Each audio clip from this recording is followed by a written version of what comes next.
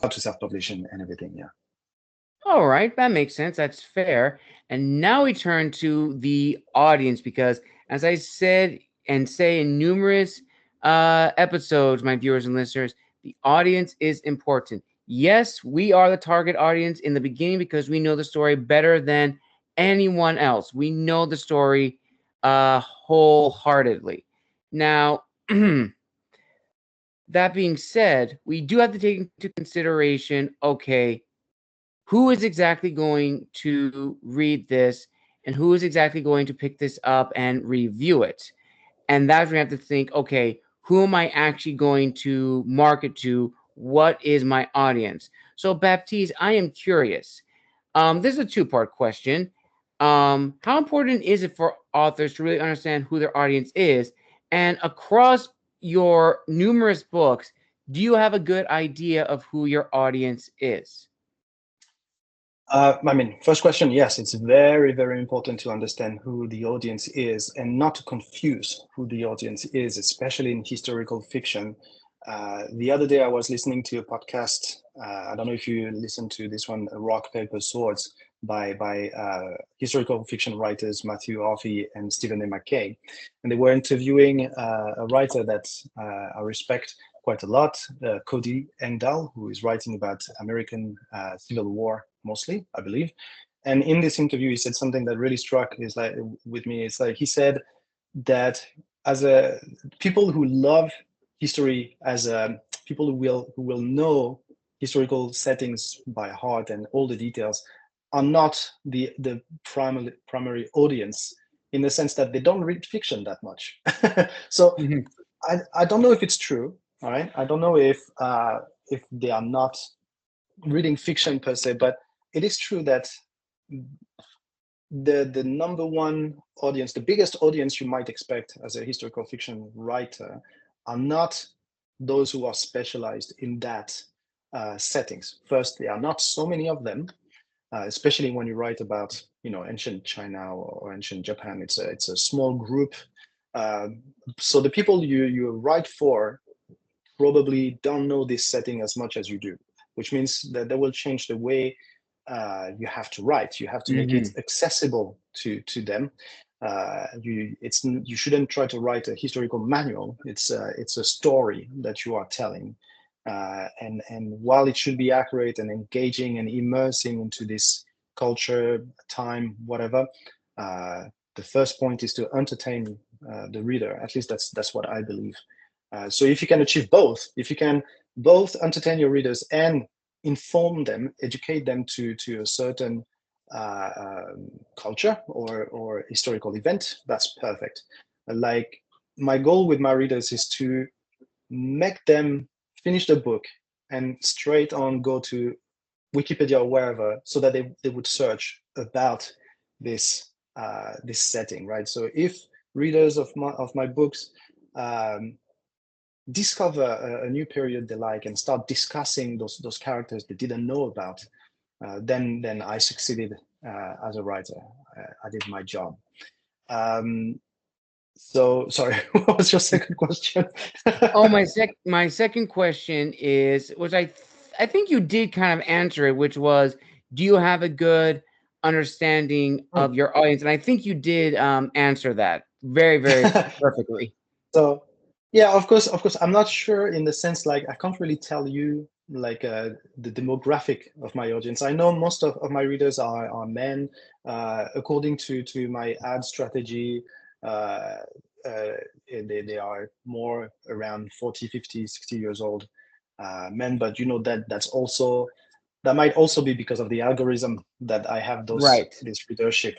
So I don't think there is. I don't have a perfect grasp of who is my uh, perfect reader, uh, but I hope I understand what they are looking for. Definitely. And also on the topic of readership, and I think this is a new question, but it's a very important question. The audience is like a very broad group within your target audience. Well, Mm. they're the same thing, but the readership is, very, very specific because, again, as I said before, they are the individuals that are going to be picking up our story. But we also have to consider, okay, where does this book fall in the readership group from YA, new adult to adult fiction? And it's a really important thing to consider because each of those three categories has their own criterias, guidelines, writing styles, and so forth. So for you, Baptiste, where would you say all of your books fall under in those categories?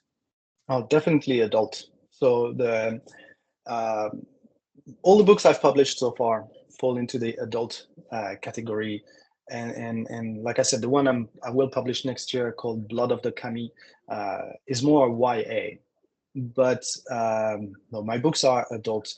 Now the thing is, when it comes to especially new adults, I can't really tell you what it is. Like I feel like a lot of people have a different view on what is new adult and young adult. Like among my beta readers for this book I just mentioned, some of them told me, "Oh yeah, it's a little bit too YA for my taste," and Mhm. others would tell me, "Oh, actually, you know what? That's really adult."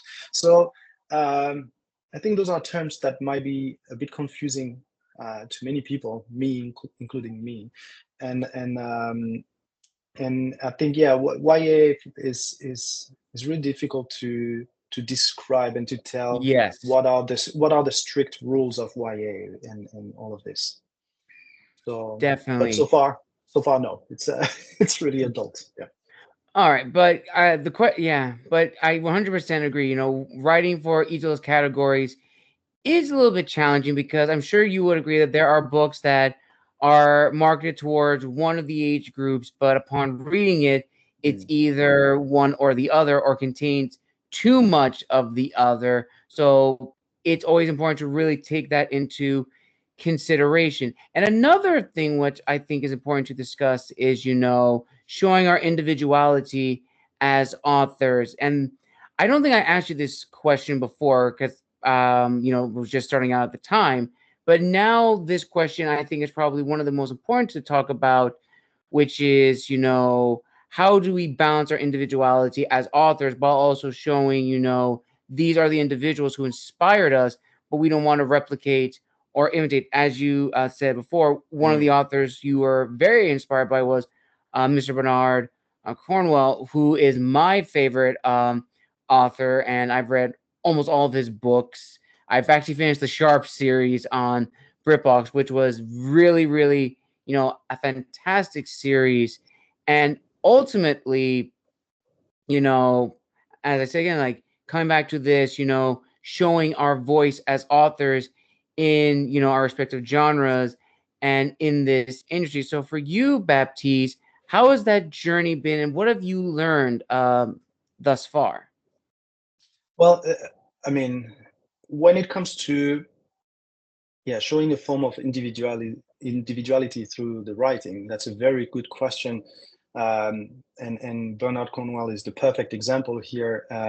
So when you have when you have writers that you really like, and it doesn't mean you like everything about them, and it's important to understand what you like about them and what you would do different. It doesn't mean you don't like it, but what you would like different. So Bernard Cornwell, for example, is he's the master of the genre, right? There is no question here. And but like he will not put as much emphasis on secondary characters sometimes as I would on my side. It's very focused on the central character of the story. Now, obviously, his secondary characters are very good, very interesting, but so they get discarded very Mm, easily. While I tend to, um, I love secondary characters, so I tend to put this love in my books, the books I write as well. So, but I don't worry too much, to be honest, about this, about being myself, because I don't feel like I copy others. Like obviously, the my writing is inspired by the books I've loved right. and keep reading and again maybe. And when you read Yellow Sky Revolt and the others, you might feel, oh yeah, that's a Uhtred from the Last Kingdom, Mhm. from the Saxon stories. And yeah, there is definitely a bit of that. But at the same time, yeah, I put something different. I will put more. focus on secondary characters, or um, like Bernard Cornwell tend to be very realistic in these stories. Like this guy just died, he was old, and I will try to make it a little bit more entertaining, to some extent. Maybe a bit less realistic, but a bit more entertaining. Definitely. And still on this topic of individuality, I did want to share with you a discussion I had with an author a few months ago on the show who brought up the notion of, again, this individuality, but also, what that really means for us authors when we have like the tagline of the next so and so on our books. I'm sure you've probably seen that on books you may have seen in bookstores, or even seen that on social media, or even in marketing. And from a reader's perspective, that's enticing because it gets their interest. But from an author's perspective, that doesn't really help us because we're not trying to be the next so-and-so. It's nice to be compared, like, if you enjoy this book, you'll enjoy that book. That is completely fine. But we don't ever want to be the next so-and-so, next Bernard Cornwell, the next Brian Jacques, or Mr. Tolkien, C.S. Lewis. We don't want to be them or the younger versions of them. We just want to be ourselves, but show reverence and respect to the masters in our respective genres who have influenced us. So I was wondering, Baptiste, you could add your own thoughts to this discussion. Well, I think, even though, yeah, I don't want to be the next, we don't want to be the next, so and so, we do want their level of success. And I think that's very important too. So when someone when someone writes, okay, this is the next Bernard Cornwell, I'm like, I hope so, in the sense that I hope that my books will reach the same level of fame, and the same critical response. Obviously, the same financial success as well. I hope they will be made into TV shows. I hope I will appear in those TV shows, though in my case, it's not likely, because I don't have the right skin tone for it. But I do hope this level of success. I am aiming for this level of success, but at the same time, like you mentioned, yeah, you don't want to be just the next of this, especially when people say this is the next Bernard Cornwell. It means you are far from it. You are still not there. Right. You can aspire to the title, but you are not there yet. So I think what I've seen a lot recently, over the last few years, is not so much comparison to writers, but titles like the Prince of something, the Queen of, the Prince of Right. the Queen of Romantasy, and these kind of things. And I don't know, I'm not sure how much I like those, but I would definitely love one of them to be added to my name. Yeah. Yeah, that is completely fair, and I 100% agree. I've seen similar stuff like that on social media, saying like, "Oh, the Titan of the sci-fi Mm, fantasy genre," or the Master of fantasy. I've seen all yeah. of those titles, and sometimes it's well deserved. They've been like doing this for years and honing their craft, and to give credit where credit is due. And then of course it's just tacked on for marketing purpose to just entice readers to check out their work. It's a whole number of things, which then kind of leads into the next question, which is a very fun one, which is, the sense of legacy as an author. Because in this industry, there is no guarantee that your debut anything is going to be the start of your legacy.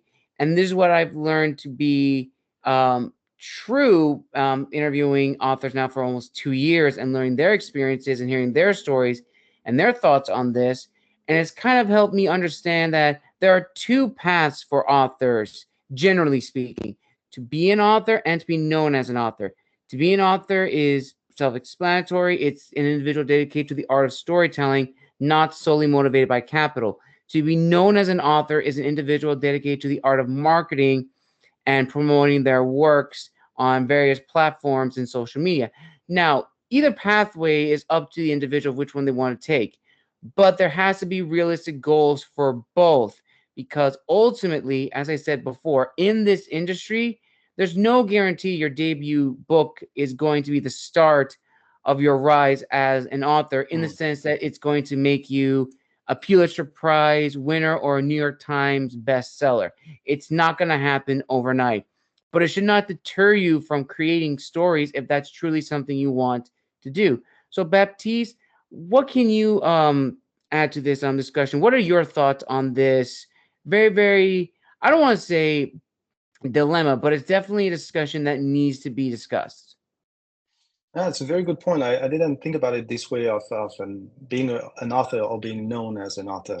And I'm sure there are many answers to this, but for people listening or watching now and who are dreaming or thinking of becoming authors, yeah, it's very important to realize that the great majority of writers don't gain success from their debut novels. The problem is the ones you know about probably did.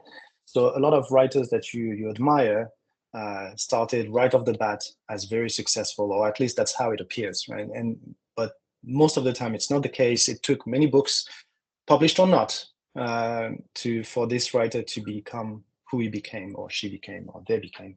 And and I think it's important, yeah, to set realistic goals to yourself, and to also, yeah, maybe set different kinds of goals. Like Mm-hmm. one goal would be to write the book and publish the book. That's a goal that is absolutely achievable, and especially your goal should be to write a fantastic book for your readers. But second goal will be to reach a certain level of success with it. So can you become a full-time writer with your books? That's another goal, and those two are very different, but should be worked on at the same time.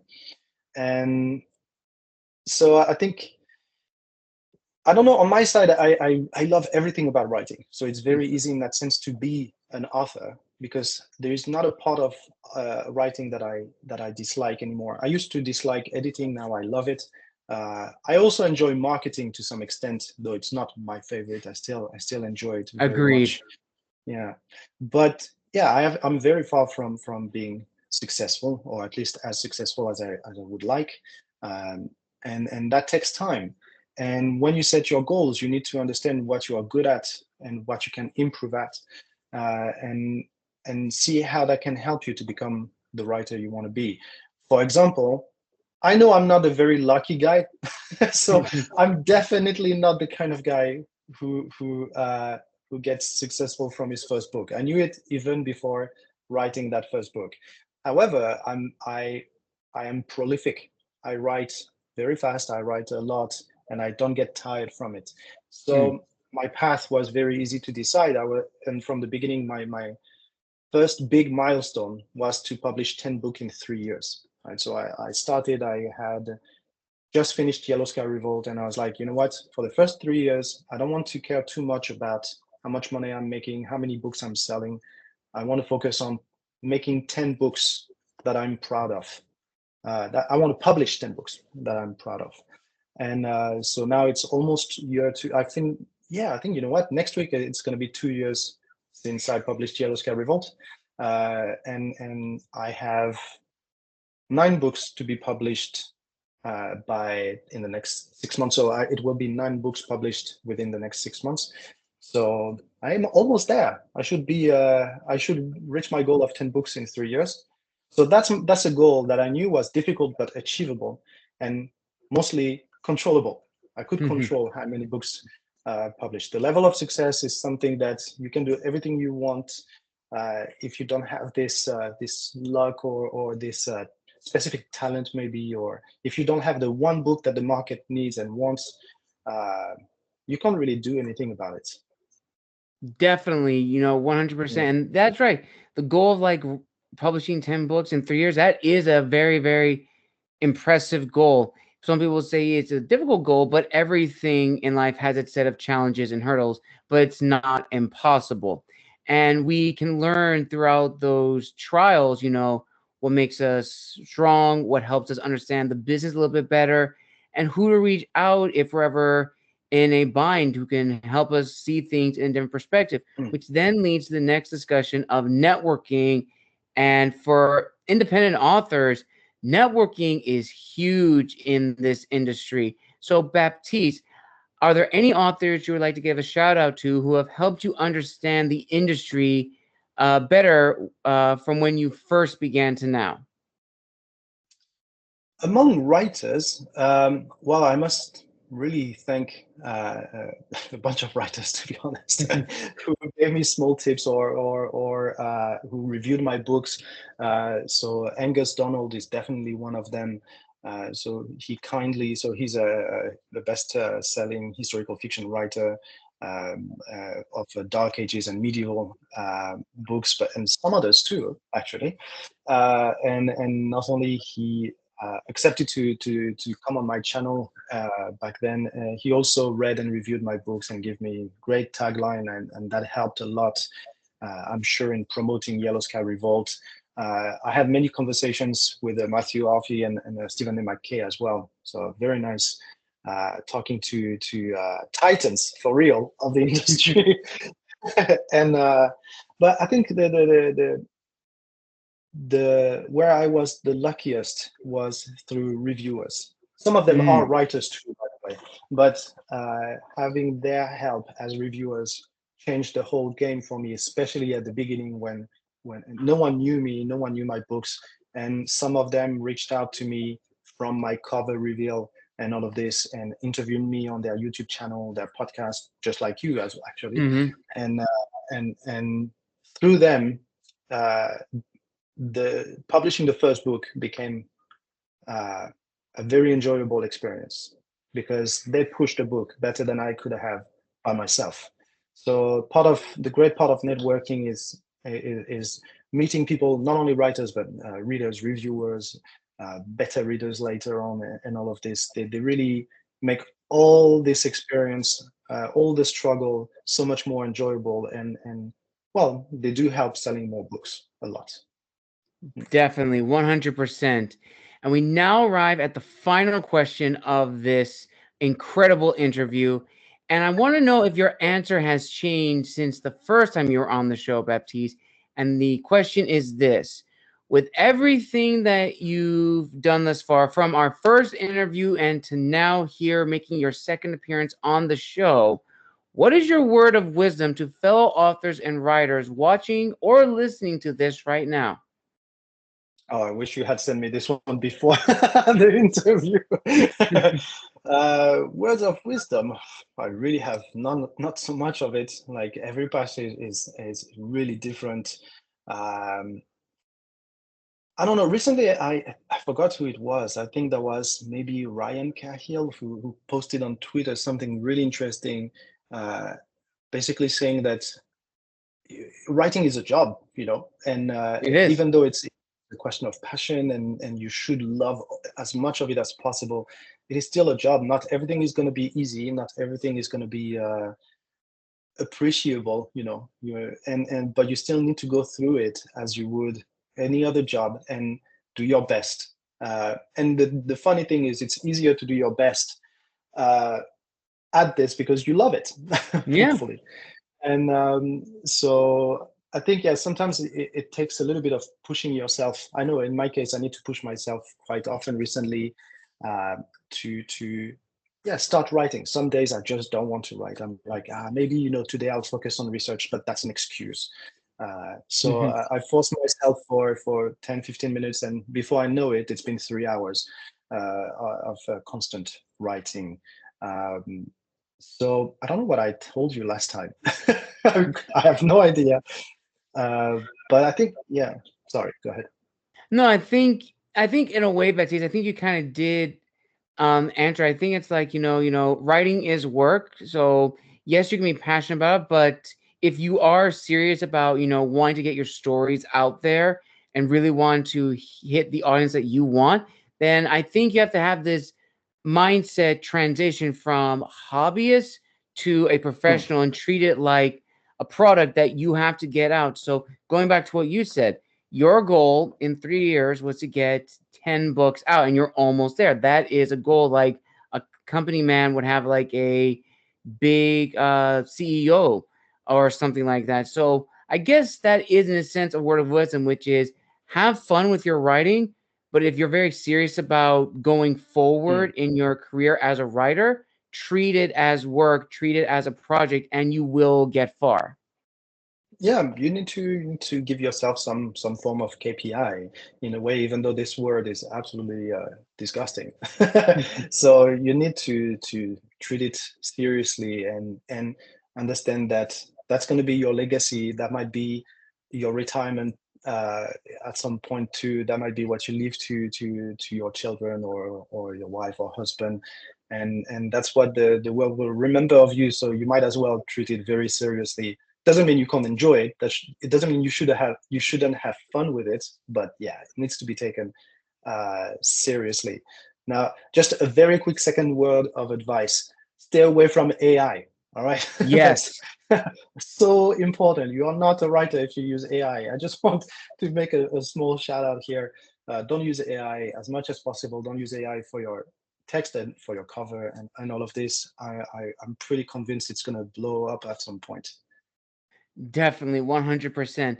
And with that, viewers and listeners, we conclude another incredible author interview on the show.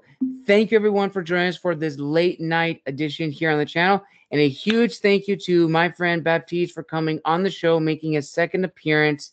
And we wish him all the best in his endeavors. Now, Baptiste, where can people find and engage with you on social media? And where can people go out and purchase copies of your book?